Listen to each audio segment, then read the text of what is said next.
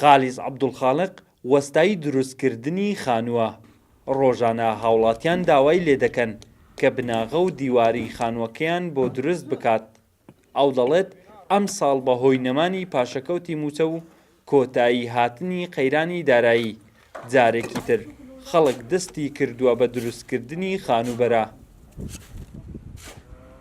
خانوبەرە زیاتر بووە ئەو چەند سال بوو ئەو ماشانە کرابوونەوە لەوەی ڕائەلان دەست پێ کرایە سەڕە و شتیوە زۆر بووە سەرڕێخانی ئاهای 10 کەس 5 کەس 6 کەس وان گۆ بیتە من لۆ دیوارە هەمان ئەلان سەڕیانێ گرتە هەتا وەکو دیوارانەوە بکەین. کاتی قەیرانی دارایی ئەتوانم بڵێم دراو لە هەرێمی ئابووری ناسێکیش دەڵێت نەمانی پاشەکەوتی موچە کاریگەری دەبێت لەسەر دوولاندنی بازاڕی کەرتی بیناسازی و ڕەخساندنی دەرفەتی کار لە کەرتی خانوبەرە و نیشتە جێبووندا.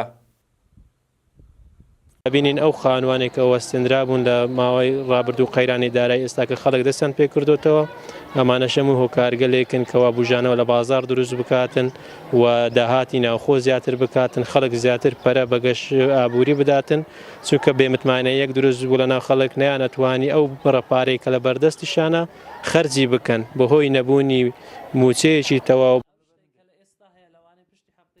لایەنی پەیوەندیدار لە سنووری برادۆست بە کورسەدنووزیان ڕاگەیاند ئیزراعاتی یاسایی بەرامبەر ئەو کەسانە دەگرینە بەر کە زێدەڕۆیی لە مڵکی گشتی دەکەن بۆ دروستکردنی خانوبەرە.